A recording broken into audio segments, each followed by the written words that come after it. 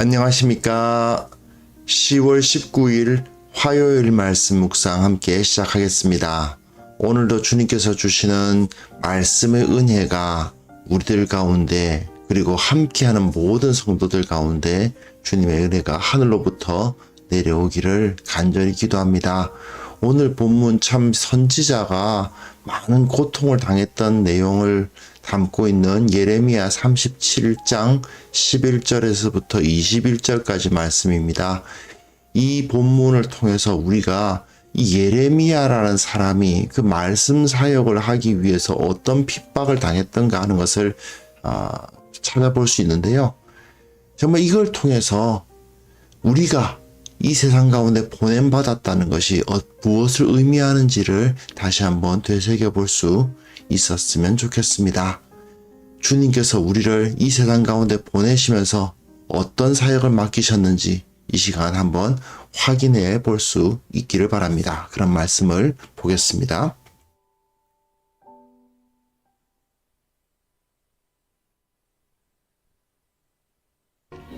갈대아인의 군대가 바로의 군대를 두려워하여 예루살렘에서 떠나매 예레미야가 베냐민 땅에서 백성 가운데 분깃을 받으려고 예루살렘을 떠나 그리로 가려 하여 베냐민 문에 이른즉 하나냐의 손자여 셀림의 아들인 이리야라 이름하는 문지기의 우두머리가 선지자 예레미야를 붙잡아 이르되 내가 갈대아인에게 항복하려 하는도다.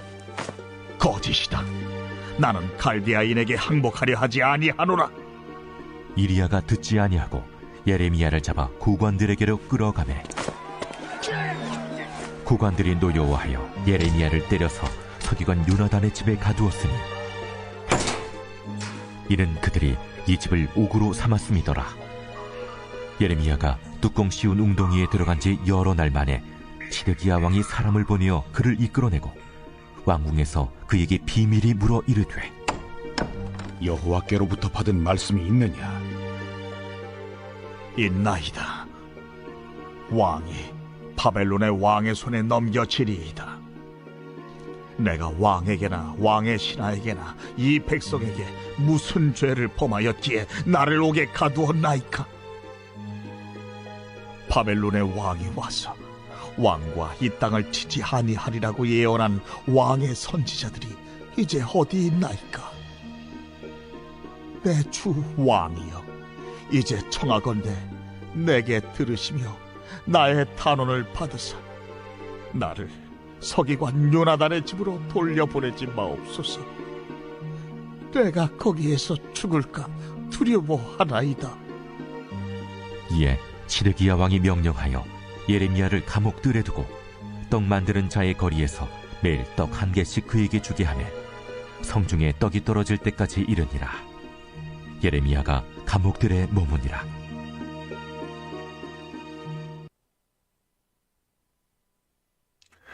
네, 이제 시드기야가 어떤 악행을 저질렀는가. 사실 시드기야뿐만이 아니라 시드기야와 함께했던 그 시대의 그 유대의 사람들, 그 사람들이 어떤 악행을 저질렀던가 하는 부분이 이 37장 나오고 있는데요.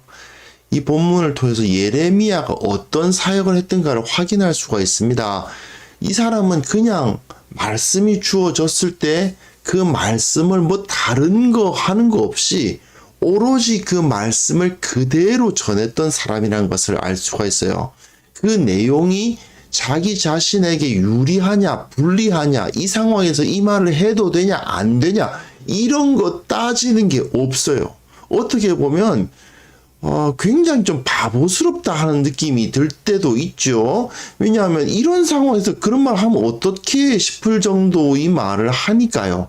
하지만 예레미야는 그럼에도 불구하고 하나님의 말씀에 대해서는 그게 말씀이 맞냐 아니냐 그것에만 관심을 갖고 있었을 뿐입니다. 이렇게 자기가 처한 상황하고는 자기 이런 어떤 상황에 처했는지 그거하고는 상관없이 오로지 말씀만 전한다 이러면은 세상으로부터 또는 뭐 사실은 세상이 아니라 예수님 믿는 사람들 중에서도 그런 일이 벌어지는데요. 핍박 핍박을 당하는 일이 벌어집니다. 교회 내에서도 말씀만 전하다 보면, 교회 내에서도 하나님의 말씀만 그대로 가르치다 보면 어려움 당하는 경우가 생겨요. 예레미야도 마찬가지였던 것입니다. 그러나 하나님께서는 그를, 이 예레미야 선지자를 지키시죠. 비록 어려움을 당하고 힘들지만 그럼에도 불구하고 그 생명을 지키시는 모습을 발견할 수 있습니다. 자, 한번 보시면요. 어떤 상황이냐. 갈대아인의 군대가 바로의 군대를 두려워하여 예루살렘에서 떠났습니다. 자, 시드기야 왕이 어떻게 세워졌습니까? 갈대아인의 군대, 그러니까 바벨론 군대에 의해서 세워진 거예요. 여호야김은 이 바로, 그러니까 바로가 애굽이잖아요. 애굽에 의해서 세워졌는데 바벨론이 애굽을 이기면서 결국은 여호야김은 애굽에게 이제 굴복을 하죠. 첫 번째는 1차 침공 때.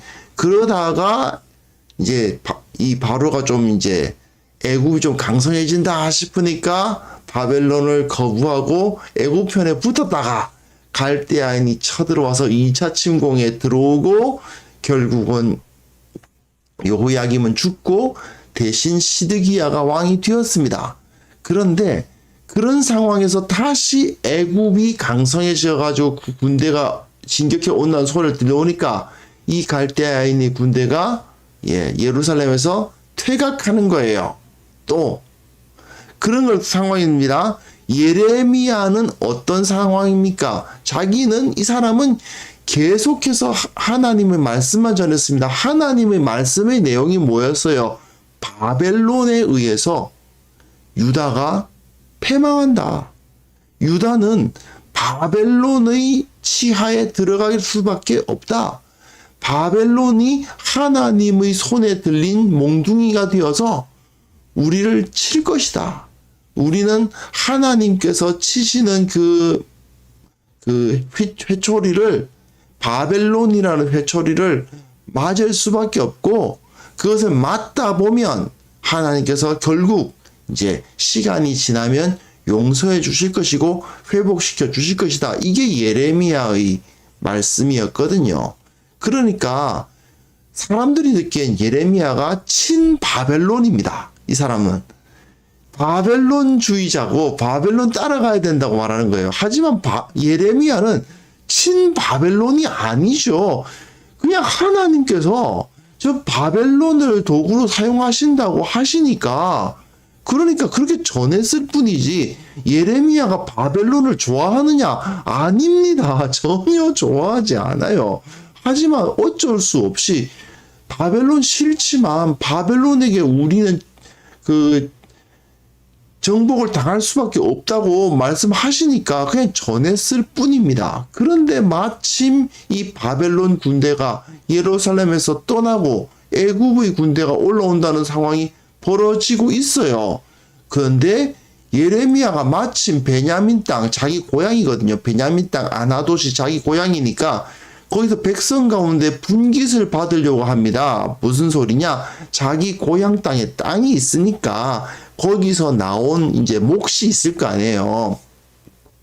이 사람은 제사장 역할을 하고 있다 보니까 예루살렘에 와 있는데, 그래도 자기 땅에서 난 이제 그 땅의 소산물, 나름대로 뭐 곡식이 났겠죠. 그 곡식에 있는 것을 일부를 자기 몫이 있으니까 그걸 좀 받아가지고 뭐 생계를 유지해야 되니까요. 그럼 예루살렘 떠나서 그리로 가려고 하는데, 베냐민 문이라고 하는 것은 정확하게 그 성전문에 있었다기보다는 베냐민으로 가는 그 여러 가지 관문에 이르렀는데, 하나냐의 손자요 셀레마의 아들인 이리야라 하는 이름하는 문지기 우두머리가 예레미야를 딱 보고선 네가 갈대아인에게 항복하려 하노다. 왜? 이 친구는 친바벨론파다 이거지.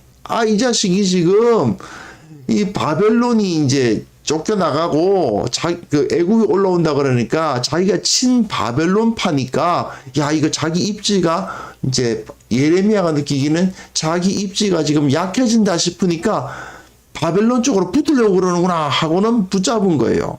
하지만 예레미야는 아니다 거짓이다.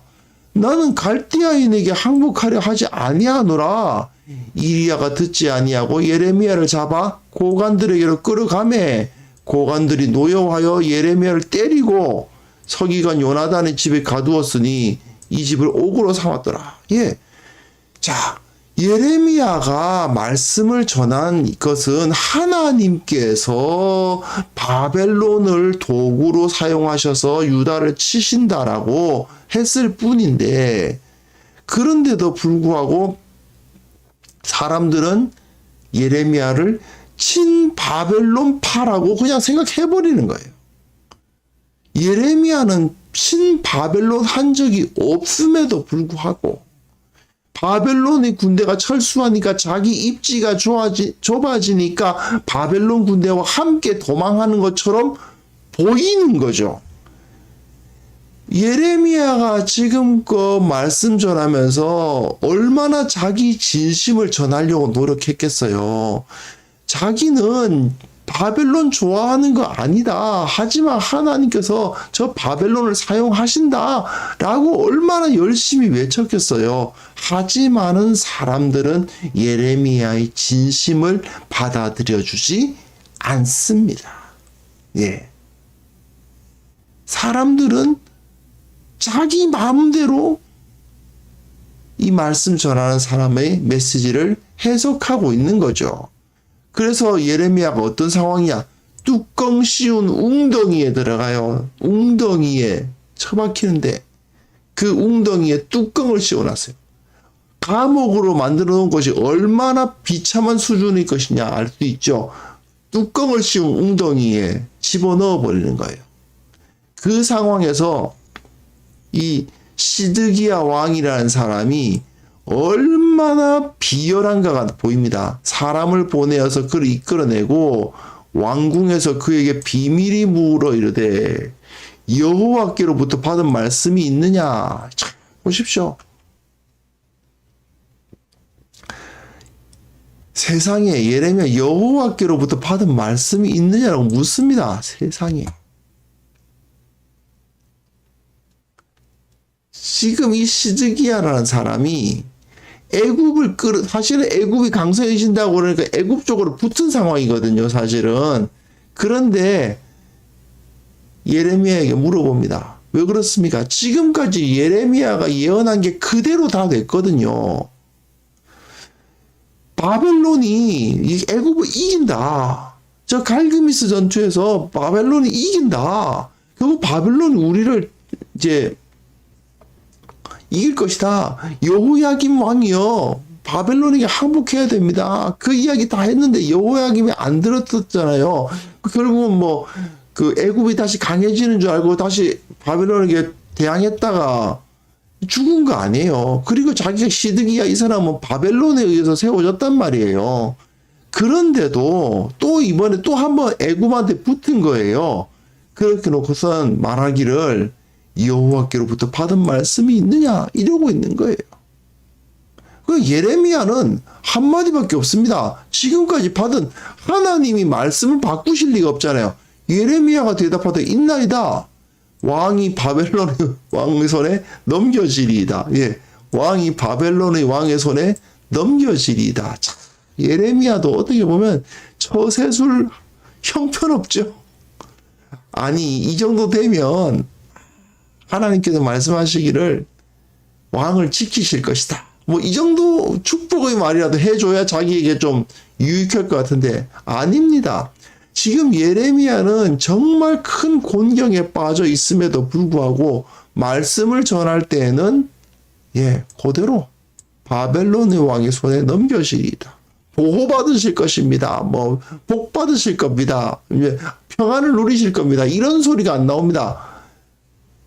당신이 바벨론 왕의 손에 넘겨질 것입니다. 이렇게 그냥 말해버려요.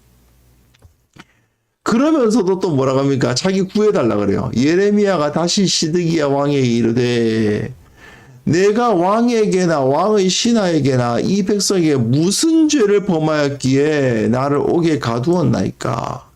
바벨론의 왕이 와서 왕과 이 땅을 치지 아니하리라고 예언한 왕의 선지자들이 이제 어디 있나이까? 그죠?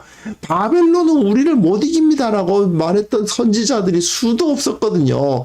그런데 예레미야 혼자 아닙니다. 바벨론이 우리를 칠 것입니다라고 이야기를 하는데 바벨론은 우리를 못 친다고 예언했던 그 선지자들 지금 다 어디가 있냐? 예. 없죠. 예. 다 자기 말 다 틀려가지고. 그런데도 불구하고 예레미야는 바른 말을 전했을 뿐인데 그런데 그 바른 말을 전함으로 인해서 옥에 갇히고 핍박을 받고 억울한 일을 당하고 있었던 거죠. 그 상황에서 내 주 왕이여, 자 보십시오. 내 주 왕이여, 이제 청하건대 내게 들으시며 나의 탄원을 받으사 나를 서기관 요나단의 집으로 돌려보내지 마옵소서. 이게 무슨 소리입니까? 예레미야가 시드기야를 정말 싫어할 것 같잖아요. 이런 상황에서. 그런데도 불구하고 예레미야가 시드기야를 인간적으로 싫어하느냐? 나의 대적이다. 내가 저 시드기야를 어떻게든 공격해야 되겠다. 그런 마음을 품었느냐? 그것도 아닙니다. 예레미야는 그냥 하나님의 말씀만 전했을 뿐이지 시드기야를 미워한 것도 아니에요. 예레미야는 지금 자기가 이 시드기야를 왕으로서 섬기고 있습니다. 이 사람. 정말 놀랍지 않습니까? 자기에게 이렇게 어려움을 주는 사람임에도 불구하고 자기는 지금 시드기야를 왕으로서 섬기고 있다고 여기고 있기 때문에 자기를 요나단의 집에서 구해달라고 탄원을 하기까지 하는 거죠. 예레미야의 예언은 시드기야가 바벨론에게 잡혀간다는 예언을 하면서도 시드기야에 대한 악감정이 없어요. 이 사람은 철저히 그냥 하나님의 말씀이 이렇습니다라고 전하고 있을 뿐이지 바벨론 좋아한 적 없고 시드기야 미워한 적 없고 그리고 자기 민족이 망하는 것을 기뻐한 적 없습니다. 이 사람은 애굽파도 아니고 바벨론파도 아니고 그 왕을 미워한 적도 없고 자기 백성이 잘못되기를 바란 적도 없는 사람이죠. 철저히 하나님의 말씀만을 붙들고 그 진리만을 전하는 모습을 볼 수 있습니다. 그랬을 때 시드기야 왕은 예레미야를 그 서기관 요나단의 집으로는 보내지 않고 그 감옥들에 두죠. 왕궁의 감옥들에 둡니다. 그러니까 그 뚜껑 덮인 웅덩이 같은 그런 최악의 상황은 아니지만 여전히 감옥에 두고 떡 만드는 자의 거리에서 매일 떡 한 개씩 그에게 주게 하여 성중에 떡이 떨어질 때까지 이르니라. 네, 그렇습니다. 조금 있으면 다시 바벨론이 쳐들어와 가지고 그 예루살렘을 포위할 거거든요. 성중에 떡이 떨어질 때까지 예레미야가 그 감옥들에 머물게 됩니다.